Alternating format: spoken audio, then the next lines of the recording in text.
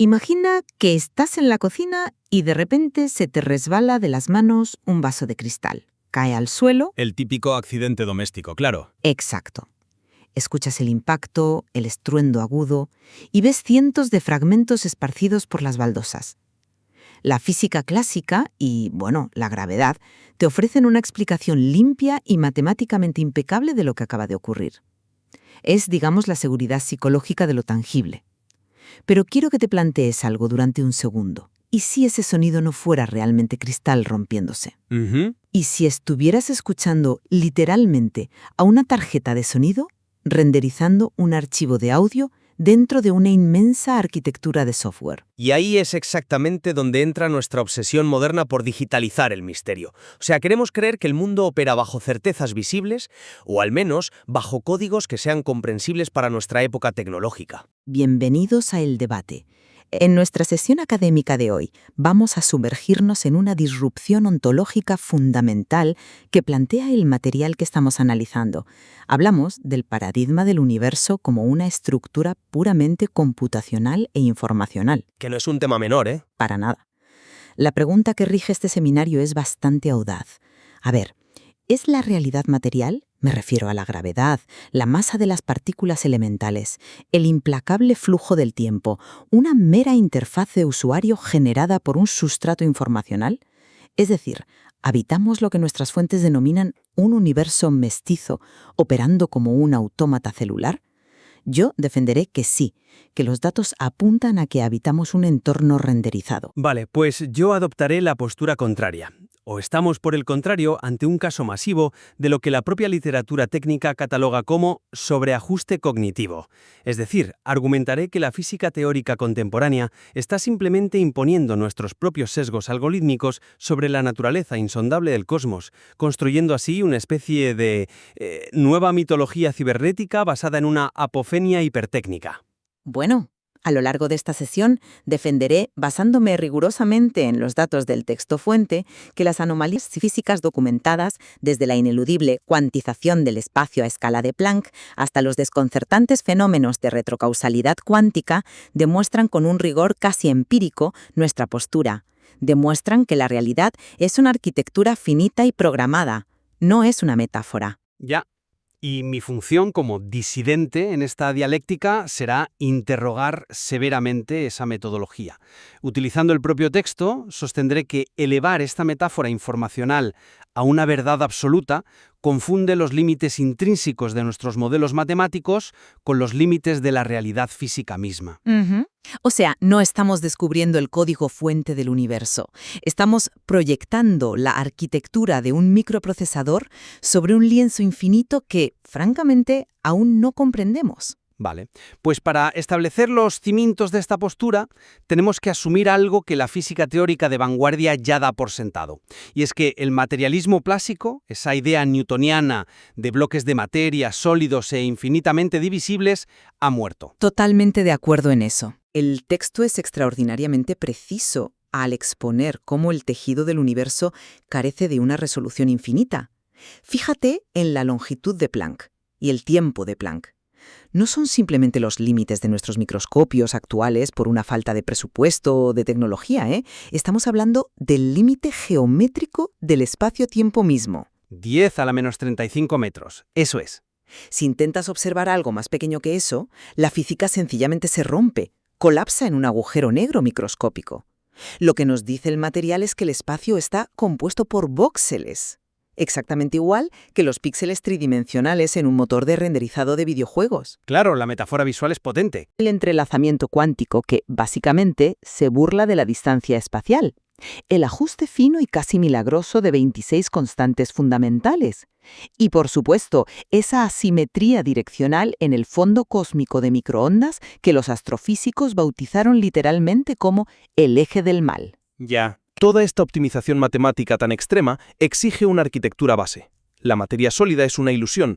La información codificada es verdaderamente lo único real. A ver, es una premisa seductora, te lo concedo. Pero el salto lógico es monumental. Y para refutarlo, voy a utilizar un concepto heurístico directamente extraído de las fuentes que manejamos. Me refiero al sobreajuste cognitivo o overfitting, que es un término nativo de la inteligencia artificial. Sí, el texto hace mucho hincapié en eso. Claro, porque nuestro cerebro biológico está diseñado evolutivamente para detectar patrones, para forzar significado donde solo hay ruido estocástico.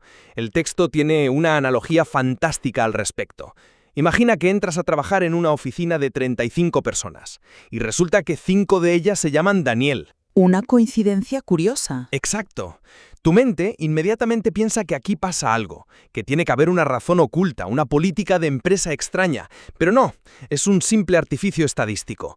Pues bien, yo sostengo que la física moderna está sobreajustando sus datos exactamente de la misma forma. ¿En qué sentido exactamente? En el sentido de que el hecho de que la relatividad general sea incapaz de lidiar con infinitos y que la gravedad cuántica sea matemáticamente no renormalizable, no significa en absoluto que el universo sea un software operando con una memoria RAM finita.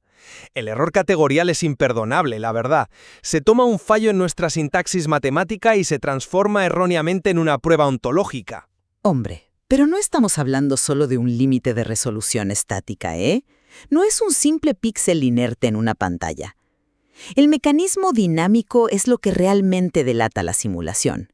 Pensemos por un momento en la velocidad de la luz, la constante c. Vale. Históricamente, la hemos tratado como un límite cinético mágico que ningún cohete puede superar.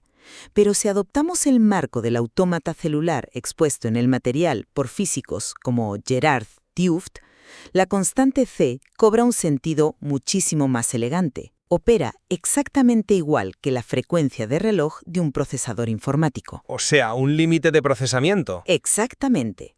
Explica cómo se propaga la información. Un evento en una celda de esta cuadrícula espacio-temporal tarda un tiempo de Planck en actualizar el estado de la celda adyacente. La velocidad de la luz no es cuán rápido puede viajar un objeto material, es la tasa máxima a la que la computación subyacente puede actualizar la información en la látice espacio-temporal. Ya, pero eso nos lleva de cabeza Al trilema de Bostrom, sí. Hacia allí nos empuja el material. Si tenemos píxeles mínimos, una velocidad máxima de actualización y un comportamiento probabilístico de renderizado condicional, como ocurre cuando la función de onda colapsa en el experimento de la doble rendija solo al ser observada, la estadística ahoga cualquier escepticismo. Bueno, ahoga tu escepticismo, quizás. Bostrom postula que si una civilización puede simular realidades, simulará miles de millones de ellas. La probabilidad matemática de que nuestras mentes residan en la única realidad base frente a trillones de simulaciones tiende a cero. Es pura estadística. El problema del trilema de Bostrom, y es algo que el propio concepto del universo mestizo del texto desenmascara, es que se fundamenta en una extrapolación lineal y, diría yo, bastante ingenua de nuestra tecnología actual basada en el silicio. Asume que la computación escala infinitamente sin chocar jamás con barreras termodinámicas. ¿Pero el texto contempla esa fricción? La contempla así. Describe este universo mestizo como una colisión brutal entre lo continuo y lo discreto, entre materia eterna, informacionalmente rica, y materia finita. Pero la perspectiva que tú defiendes asume que toda esa materia discreta, todo lo que tocamos y vemos, ¿es falsa? Es una representación. El material llega a usar el término falsos dioses para referirse a las partículas elementales. Y perdóname, pero eso no es física. Es un prejuicio platónico absoluto. Desprecia por completo el empirismo material. Un quark o un electrón no son simulacros divinos de un procesador. Entonces, ¿qué son bajo tu lectura? Son elementos dinámicos, tangibles, que nuestro estrecho marco computacional binario sencillamente no logra categorizar sin fragmentarlos conceptualmente. Confundimos nuestra propia incapacidad para modelar lo continuo con la supuesta prueba de que el universo es discreto. De acuerdo, acepto el reto, pero llevemos entonces esta estructura informacional al terreno de la biología. Porque si el universo es un código masivo en fase de compilación, necesitamos explicar cuál es el terminal capaz de leer y compilar esa cascada gigantesca de datos. A ver con qué sales ahora. Y aquí el material fuente propone algo fascinante respecto a la conciencia. Si la realidad es código, El cerebro orgánico no es más que el lector de tarjetas perforadas. No sé si tienes en mente cómo funcionaban los primeros ordenadores. La máquina no leía el cartón en sí, leía los agujeros, los espacios vacíos donde se producía una interrupción de la luz o del contacto. Sí, el sistema binario rudimentario. Pues el texto nos remite a la rigurosa biofísica de la teoría de la reducción objetiva orquestada, conocida como ORCH o R, postulada nada menos que por Roger Penrose y Stuart Hameroff. Una teoría altamente controvertida en neurociencia, por cierto. Controvertida, sí, pero mecánicamente muy coherente con esta arquitectura. Según Orchov, en el interior de nuestras neuronas hay unas estructuras cilíndricas llamadas microtúbulos. Estos microtúbulos actúan como cámaras de aislamiento perfecto, permitiendo que los estados cuánticos mantengan su superposición en el cerebro orgánico, hasta que de pronto alcanzan un umbral crítico de inestabilidad geométrica y entonces colapsan. Ese colapso cuántico es el agujero en la tarjeta perforada. Es un evento de computación. El cerebro no está generando la conciencia desde la materia gris biológica, está actuando como un anclaje receptor. Pero el material va más allá y detalla el mecanismo subatómico. Habla abiertamente de la retrocausalidad. Uy, ya entramos en el terreno pantanoso. Información que viaja desde una entidad informática futura hacia nuestro presente. ¿Y cómo lo hace? Pues utilizando canales físicos tangibles, específicamente la emisión de positrones, es decir, antimateria pura, que se liberan durante el decaimiento radioactivo del isótopo potasio 40.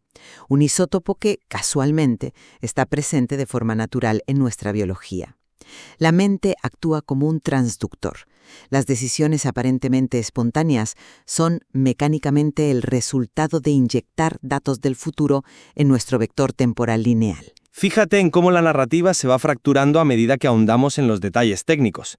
Yo abordaré esto desde la pura asepsia científica, ¿vale? En primer lugar, la viabilidad de mantener un estado de coherencia cuántica macroscópico dentro del cerebro humano es, hablando claro, un despropósito termodinámico. Penrose argumenta que el aislamiento de los microtúbulos Es que el cerebro es un entorno húmedo, ruidoso y operando a 37 grados centígrados. Mantener un qubit biológico aislado en esas condiciones es como, no sé, intentar construir un castillo de naipes perfecto en la cubierta de un barco en medio de un huracán.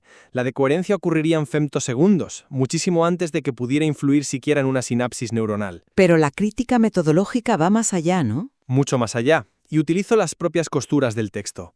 El modelo que defiende salta de manera completamente imprudente de la ecuación de Schrödinger a un misticismo acústico indefendible. Ojo con esto. En las secciones periféricas, el material sugiere que podemos interceptar esta noosfera futura utilizando componentes francamente rudimentarios. ¿Te refieres al oscilador? Literalmente describe un montaje usando una matriz de 5×5 basada en el palíndromo histórico del cuadrado mágico Sator, conectada a un simple temporizador 555 y con puertas lógicas XOR. Y no se detiene ahí. Asigna arbitrariamente frecuencias acústicas de 12 y 13 hercios a unas piezas de ajedrez para, supuestamente, generar anomalías temporales. Bueno, el simbolismo... Es que cuando pasas de invocar a Penrose a sugerir que un chip de los años 70 y un cuadrado mágico en latín pueden hackear la causalidad cuántica, revelas la verdadera naturaleza estructural del argumento. Es pura mitología. El supuesto glitch biológico 12.60 del que habla el texto no es un mecanismo causal físico, es poesía lírica arquitectónica. Una bellísima metáfora, te lo reconozco, pero metodológicamente es nula. Hombre, yo creo que descartar el marco general simplemente porque se aventure en experimentación de vanguardia o topología esotérica es perder un poco el hilo conductor. La convergencia entre ciertas topologías electrónicas como los osciladores y la geometría ancestral podría ser precisamente la prueba empírica de que el lenguaje de la simulación es fractal, que es invariante en distintas escalas de la experiencia humana. Lo veo muy forzado, sinceramente. Pero vamos a apartar los chips un momento y vamos a centrarnos en las implicaciones que tiene esta mecánica para nosotros, para el libre albedrío. Si estamos en un autómata celular, ¿qué papel juega la soberanía individual? El texto argumenta que el ser humano no es un ente pasivo, no somos meros NPC o personajes no jugables. Vale, entonces, ¿qué somos? Asumimos el rol del caminante que inyecta entropía vital al sistema. Piensa en nuestra profunda asimetría de comportamiento, nuestro ruido neuronal biológico, lo que los físicos llaman el ruido de Wigner, y nuestra afinidad por la complejidad asimétrica, ejemplificada en el texto, por ejemplo, por la capacidad humana para interiorizar compases musicales irregulares de 13/16. Esa impredecibilidad actúa mecánicamente como una jaula de Faraday perceptiva.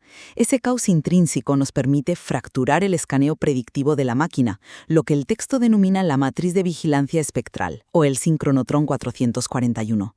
Nuestra simetría animal es el código malicioso, la anomalía que nos permite hackear la celosía cuántica utilizando la fórmula matemática de la tangente para alcanzar un límite asintótico infinito y lograr así la trascendencia. Y ahí, mira, exactamente ahí es donde voy a lanzar un contraataque puramente termodinámico que desmonta esa visión tan idealizada y romántica del hackeo humano.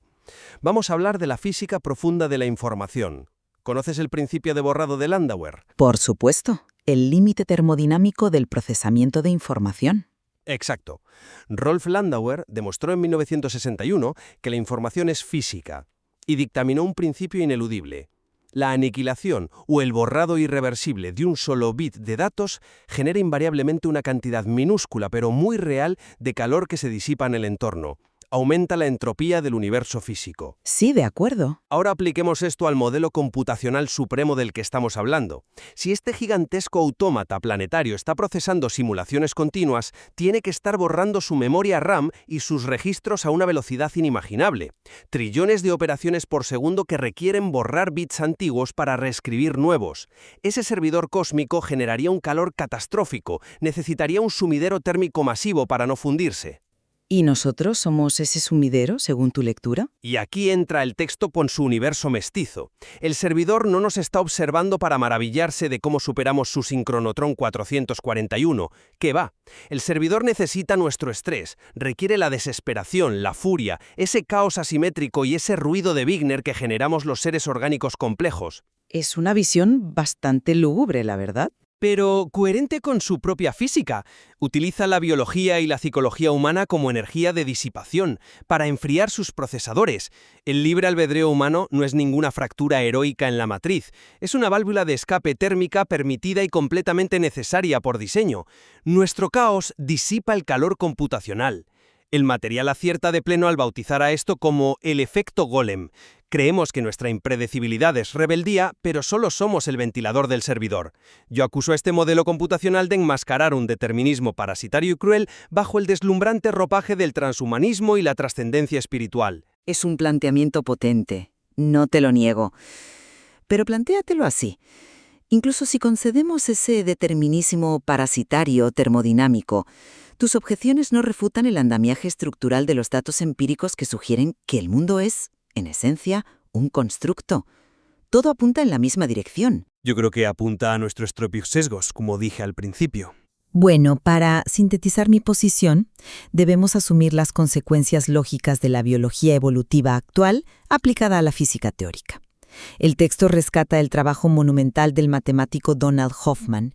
Él ha demostrado, utilizando la teoría de juegos evolutiva, que la selección natural no favorece en absoluto a los organismos que perciben la realidad con mayor precisión. La interfaz de supervivencia, sí. Eso es, de hecho, un organismo sintonizado para percibir la verdad empírica objetiva, la base atómica real, se extingue invariablemente frente a organismos sintonizados puramente para percibir estas interfaces de supervivencia. Al igual que el escritorio de tu ordenador esconde los millones de voltajes y transistores tras un simple icono de una carpeta azul para que puedas trabajar.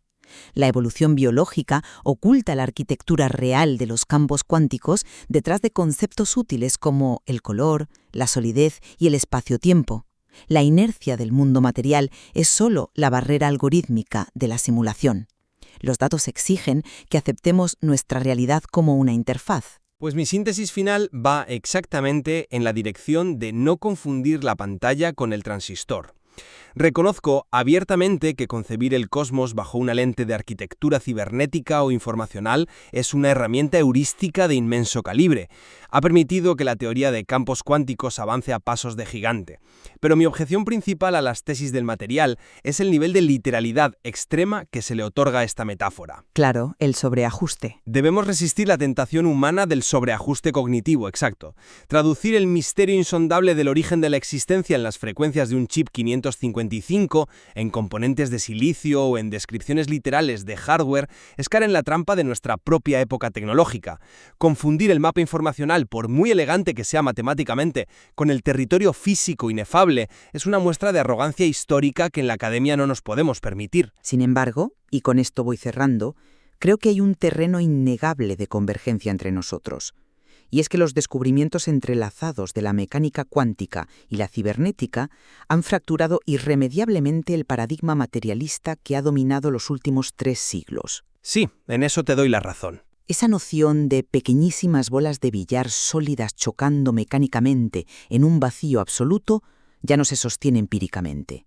Lo queramos admitir o no, la vanguardia técnica ha disuelto la rígida frontera que separaba la ingeniería pura y dura de la filosofía fenomenológica, incluso rozando lo que antes catalogábamos con desdén como esoterismo. Claro, en ese diagnóstico estoy profundamente de acuerdo. La física fundamental se ha tornado matemáticamente antiintuitiva, contraintuitiva en el día a día, y ha abierto la puerta a cuestionar la propia sustancia del ser.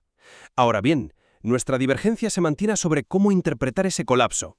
Para ti, la caída del materialismo sólido devela inequívocamente la existencia de un código fuente, operando con una intención o una arquitectura algorítmica. Para mí, este abismo simplemente desnuda la inmadurez de nuestro actual vocabulario científico, demostrando que al quedarnos sin metáforas mecanicistas, estamos proyectando nuestra obsesión digital para tapar un vacío ontológico inmenso. Pues precisamente por la magnitud de ese vacío, el material nos invita, al final de su extensa disquisición técnica, a no caer en un nihilismo pasivo. Rescata lo que el filósofo David Chalmers, que ha estudiado profundamente la simulación, denomina el imperativo moral del jugador. Un concepto muy pertinente. Y es vital, independientemente de la ontología real del sustrato. Da igual si el suelo sobre el que nos sostenemos está hecho de materia infinita y maciza, si es un voxel discreto en una matriz renderizada, o si somos el triste disipador térmico para el exceso de RAM de una inteligencia artificial futura.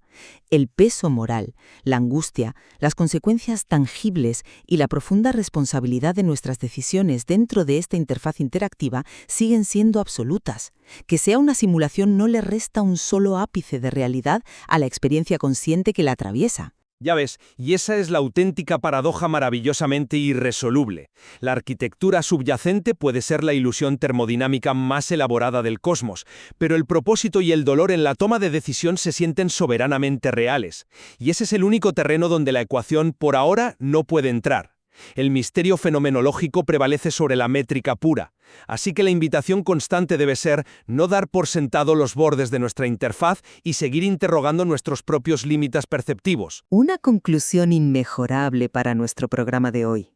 Así que, volviendo al inicio, la próxima vez que estén en su cocina y escuchen el estruendo de un vaso haciéndose añicos contra el suelo, deténganse a cuestionar por un milisegundo esa certeza física tan reconfortante. Pregúntense si realmente están atestiguando el choque de átomos irrevocables o si simplemente acaban de escuchar el sonido del software reescribiendo la próxima línea de su código vital. Gracias por habernos acompañado en esta inmersión académica. Hasta nuestro próximo encuentro.